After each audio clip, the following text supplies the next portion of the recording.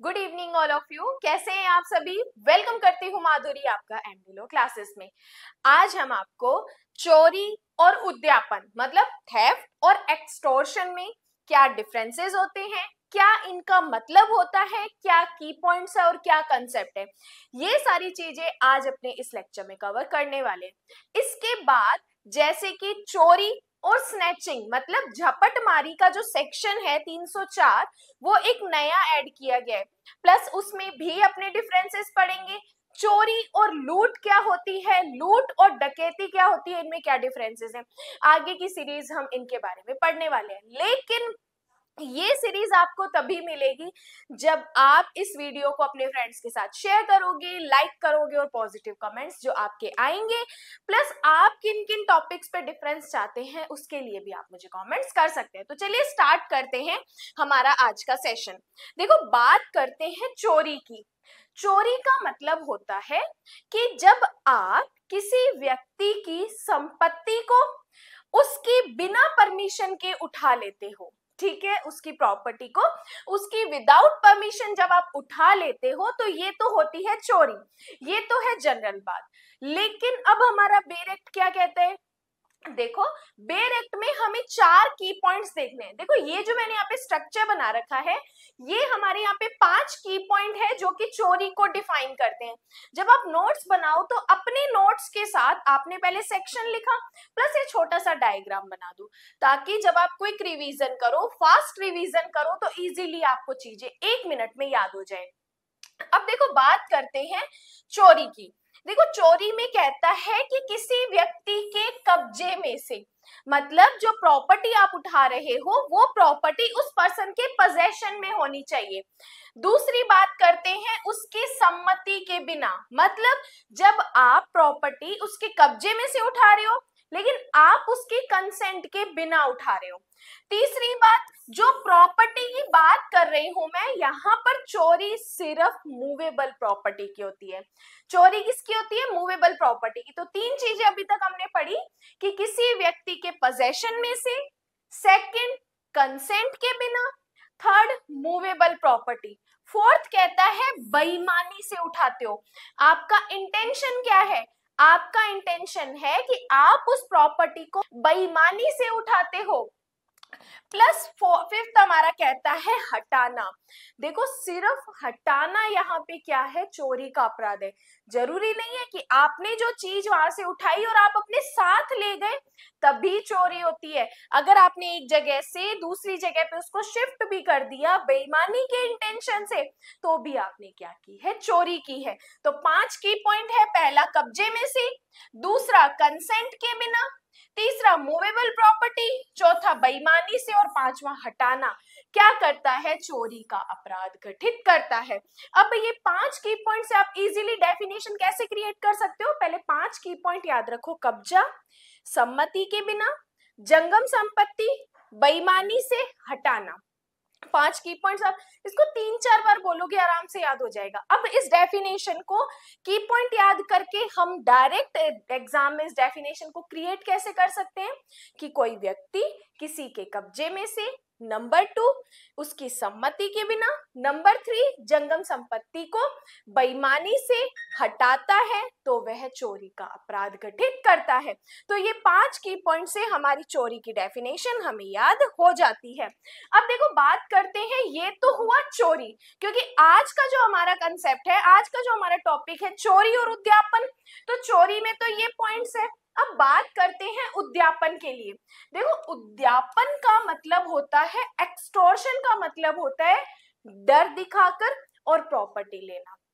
अब यहाँ पे एक इंपॉर्टेंट चीज बता देती हूँ कि अगर आप किसी व्यक्ति को डर दिखाते हो कि अगर तूने मेरे को पैसे नहीं दिए तो मैं तेरे साथ ये अपराध करूंगा, जैसे मैंने कहा कि अगर आपने मुझे 1 लाख रुपए नहीं दिए तो मैं आपके अगेंस्ट डेफामेशन करूंगा, या आपने मुझे 10,000 रुपए नहीं दिए तो मैं आपके बच्चे को मार दूंगा। तो मतलब कि मैंने आपको ऐसी धमकी दी, ऐसा क्षति का भय दिखाया जिसकी वजह से आप क्या कर रहे हो? मुझे एक मूवेबल प्रॉपर्टी या वैल्यूएबल सिक्योरिटी को परिदत्त कर रहे हो, दे रहे हो। तो वो क्या होता है? एक्सटॉर्शन होता है। एक्सटॉर्शन में हमेशा क्षति का भय दिखाया जाता है। अब ये क्षति प्रॉपर्टी की हो सकती है, बॉडी की हो सकती है, रेपुटेशन की हो सकती है, जो कि हम क्षति की डेफिनेशन पहले पढ़ते हैं। तो यहाँ पे इंजरी इन चारों में से किसी भी चीज की हो सकती है। अब उद्यापन को याद करने के लिए हमें क्या करना है, 3 की पॉइंट ध्यान रखने हैं। 3 की पॉइंट से हमें हमारी डेफिनेशन को क्रिएट करना है। पहला कहता है क्षति का भय दिखाना। पहला पॉइंट है कि जो आप डर दिखा रहे हो, इंजरी करने का डर दिखा रहे हो, क्षति का डर दिखा रहे हो।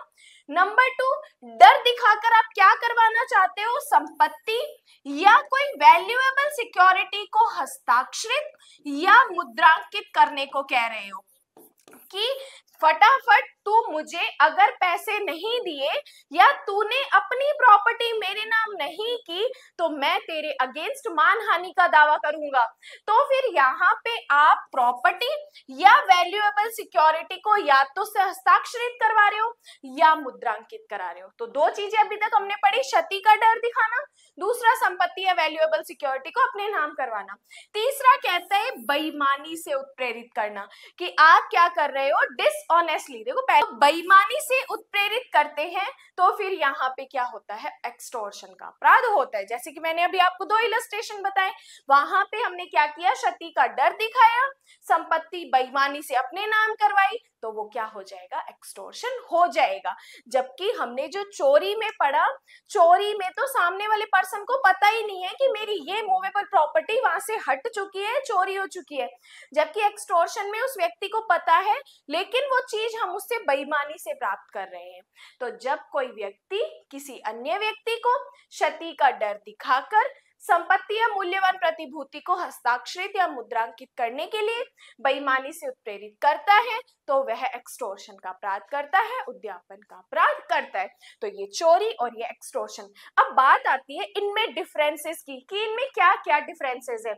देखो, डिफरेंसेस का बहुत इंपॉर्टेंट क्वेश्चन होता है, कम से कम 5 से 7 नंबर का क्वेश्चन आता है। अब देखो, आपका नंबरिंग पे डिपेंड करता है कि आपको डायरेक्ट डिफरेंसेस बताने हैं या फिर आपको पहले चोरी को डिफाइन करना है, एक्सटॉर्शन को डिफाइन करना है, फिर डिफरेंसेस बताने हैं। जैसे देखो, सिंपल, अगर आपका क्वेश्चन आता है 10 नंबर का कि चोरी एवं उद्यापन में अंतर बताइए। अब देखो, 10 नंबर का क्वेश्चन है, डिफरेंसेस तो लमसम 5 to 6 होते हैं, तो 10 नंबर के लिए 5 या 6 डिफरेंसेस हमारे लिए इनफ नहीं है। देन आपको क्या करना है, स्टार्टिंग करनी है अपने आंसर की कि भारतीय न्याय संहिता की धारा 303 में चोरी को परिभाषित किया गया है। देन आपको चोरी की डेफिनेशन बतानी है, छोटा सा डायग्राम बना के की पॉइंट्स बता दो। देन आप एक्सटॉर्शन हेडिंग लगाओ, बीएनएस की धारा 308 में एक्सटॉर्शन या उद्यापन को परिभाषित किया गया है। एक्सटॉर्शन की definition direct point of view से बताओ, फिर उसके की पॉइंट्स या जो मैंने आपको डायग्राम बताया वो बताओ। उसके बाद आप अपना आंसर लिखो कि चोरी एवं उद्यापन में निम्नलिखित अंतर है। उसके बाद आप अपना डिफरेंस स्टार्ट करो और 1 या 2 केस लॉज आप बता सकते हो। देन आपका ये 10 नंबर का क्वेश्चन कंप्लीट होता है। ठीक है, तो इस तरीके से आपको अपने नंबरिंग पे डिपेंड करता है कि आपको क्या कितना मैटर लिखना है। अब देखो, बात करते हैं चोरी और उद्यापन में अंतर।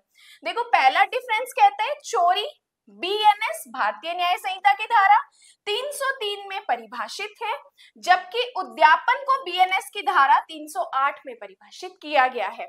चोरी का सेक्शन 303, उद्यापन का सेक्शन 308। उसके बाद बात करते हैं सेकंड डिफरेंस। देखो, चोरी में अपराधी जो अपराध करता है स्वामी की सम्मति, स्वामी की संपत्ति उसकी सहमति के बिना ले जाता है या हटाता है। यहाँ पर जो चोरी कर रहा है, जो अपराधी है, वो क्या करता है, जो ओनर होता है, स्वामी होता है, उसकी प्रॉपर्टी को उसी की कंसेंट के बिना हटाता है या ले जाता है, तो चोरी का अपराध होता है। सेकंड, जबकि उद्यापन में संपत्ति सदोष तरीके से प्राप्त की जाती है, गलत तरीके से प्राप्त की जाती है। कैसे? क्योंकि जब एक्सटॉर्शन में आप प्रॉपर्टी को लेते हो तो क्षति का डर दिखाकर लेते हो, तो वो क्या हो जाता है? उद्यापन हो जाता है। मतलब कि अगर मैं आपको सिंपल एक चीज बताऊं तो यहाँ पे कंसेंट का कोई रोल ही नहीं है, क्योंकि हम कंसेंट तो उससे ले ही नहीं रहे हैं। जबकि एक्सटॉर्शन में वो हमें कंसेंट तो दे रहा है, सम्मति तो दे रहा है, लेकिन हम किस तरीके से संपत्ति उसकी प्राप्त कर रहे हैं? सदोष तरीके से, गलत तरीके से हम उसकी संपत्ति को प्राप्त कर रहे हैं। तो पहला हमारा सेक्शन और दूसरा सम्मति। थर्ड बात करते हैं, थर्ड डिफरेंस की। चोरी में संपत्ति हटाते समय बल या भय, धमकी या क्षति का प्रयोग नहीं होता। देखो यहाँ पर जब चोरी कर रहे हो तो सामने वाले पर्सन को, स्वामी को तो पता ही नहीं है कि मेरी प्रॉपर्टी या मेरी संपत्ति चोरी हो चुकी है। तो यहाँ पे ना तो बल, ना डर, ना धमकी, ना क्षति का प्रयोग हो रहा है। जबकि एक्सटॉर्शन में हम क्या कर रहे हैं? क्षति का डर दिखाकर संपत्ति को या वैल्यूएबल सिक्योरिटी को अपने नाम करवा रहे हैं। कि जबकि उद्यापन में क्षति का डर डालकर, भय दिखाकर संपत्ति या वैल्यूएबल सिक्योरिटी परिदत्त करने को उत्प्रेरित किया जाता है। तो यहाँ पर डर का कोई ऑप्शन ही नहीं है, लेकिन यहाँ पे डर दिखाकर ही हम प्रॉपर्टी या वैल्यूएबल सिक्योरिटी को अपने नाम करवा रहे हैं या प्राप्त कर रहे हैं।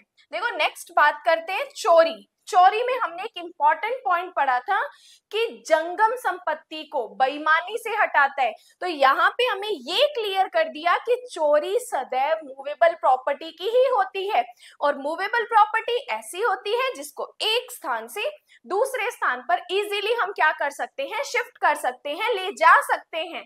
तो इन्होंने कहा कि चोरी केवल मूवेबल प्रॉपर्टी की होती है, जबकि एक्सटॉर्शन में कोई प्रॉपर्टी का क्लियर हमें नहीं बताया कि मूवेबल या इमूवेबल। तो इसका मतलब सिर्फ संपत्ति वर्ड यूज किया है, तो संपत्ति में मूवेबल भी हो सकती है, इमूवेबल भी हो सकती है। तो जबकि उद्यापन हर तरह की संपत्ति का हो सकता है। तो यहाँ पे हमारा ये एक मेजर डिफरेंस है कि चोरी केवल मूवेबल प्रॉपर्टी की होती है, एक्सटॉर्शन हर तरीके की प्रॉपर्टी का हो सकता है। नेक्स्ट बात करते हैं, चोरी में संपत्ति स्वयं अपराधी द्वारा हटाई जाती है। चोरी क्योंकि जो कर रहा है, जो चोर है, जो थेफ्ट है, वो खुद ही प्रॉपर्टी को लेके जा रहा है। जबकि एक्सटॉर्शन में जो प्रॉपर्टी है अपराधी को या उसके इशारे पर अन्य व्यक्ति को परिदत्त की जा सकती है। तो यहाँ पर जो अपराधी स्वयं प्रॉपर्टी को हटाते हैं और यहाँ पे किसी अन्य व्यक्ति को परिदत्त करने के लिए हम कहते हैं। उसके बाद बात करते हैं पनिशमेंट। देखो पहले अगर मैं आईपीसी की बात करूं तो आईपीसी में एक्सटॉर्शन और थेफ्ट की सेम पनिशमेंट होती थी, 3 साल या जुर्माना या दोनों, उसमें भी 3 साल या जुर्माना या दोनों। लेकिन अब एक्सटॉर्शन में पनिशमेंट में मेजर डिफरेंसेस की है कि अगर आप चोरी करते हो तो चोरी में 3 वर्ष या जुर्माना या दोनों। मतलब कि कोर्ट चाहे तो 3 साल तक की पनिशमेंट भी दे सकता है, कोर्ट चाहे तो सिर्फ जुर्माना भी लगा सकता है, या कोर्ट को लगता है कि मुझे कारावास की पनिशमेंट भी देनी है, मुझे जुर्माना भी लगाना है, तो कोर्ट दोनों भी लगा सकता है। जबकि एक्सटॉर्शन में पनिशमेंट क्या है? 7 ईयर तक या जुर्माना या दोनों का दंड दिया गया है। तो यहाँ पर एक्सटॉर्शन में कोर्ट चाहे तो 7 साल की पनिशमेंट दे, कोर्ट चाहे तो सिर्फ जुर्माना लगा दे, या कोर्ट की डिस्क्रिशनरी पावर है, कोर्ट दोनों भी दे सकता है। तो यहाँ पर हमारा एक पनिशमेंट का अच्छा डिफरेंस बनता है। और पनिशमेंट हमारे लिए चेंज हुई है तो आपको याद रखनी है, इंटरव्यू में भी आपसे पूछी जा सकती है।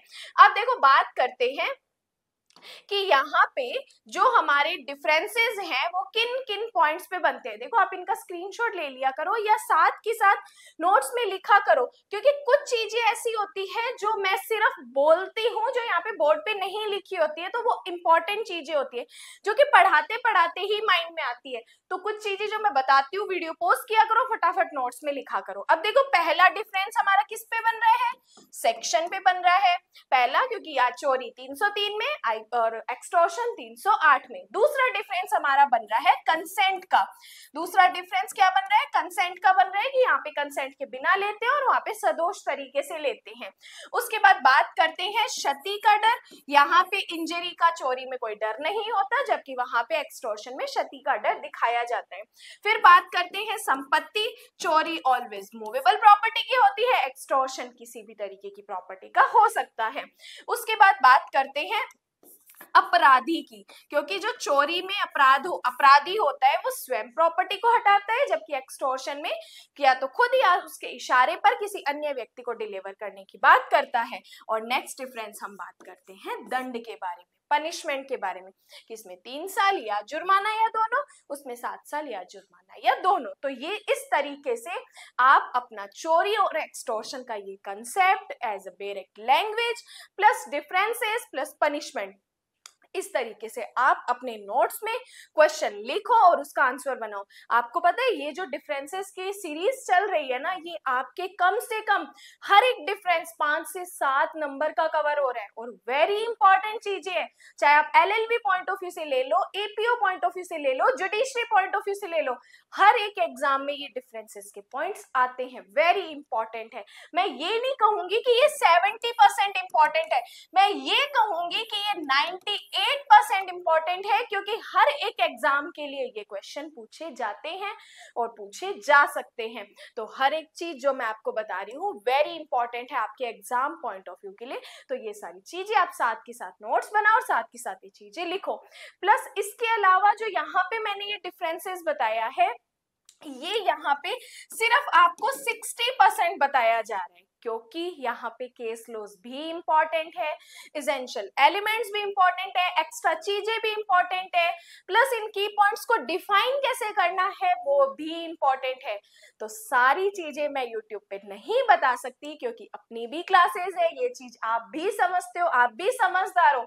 तो ये सारी चीजें अगर आपको करनी है तो आप एमडी लॉ क्लासेस के पेड बैचेस भी ज्वाइन कर सकते हो। बाकी जो मैंने यहाँ पे बताया है ये वेरी वेरी वेरी इंपॉर्टेंट चीजें बताई है, थोड़ा डीप हमें और पढ़ना पड़ता है जो कि हम पेड क्लासेस में बताते हैं। तो उसके लिए आप जिस भी स्टेट से बिलोंग करते हैं उस स्टेट की जुडिशरी का बैच आप इंस्टॉलमेंट पॉइंट ऑफ व्यू से भी ज्वाइन कर सकते हो। वन टाइम फीस में आपको जो एक्स्ट्रा बेनिफिट्स है वो भी दिए जाते हैं, प्लस उसके अलावा आप एलएलबी की क्लासेस भी ज्वाइन कर सकते हो। वीडियो कैसी लगी है उसके लिए कमेंट्स और लाइक जरूर करना है, और आगे की वीडियोस का नोटिफिकेशन आपके पास पहुंचे इसके लिए आपको सब्सक्राइब और बेल आइकन जरूर प्रेस करना है।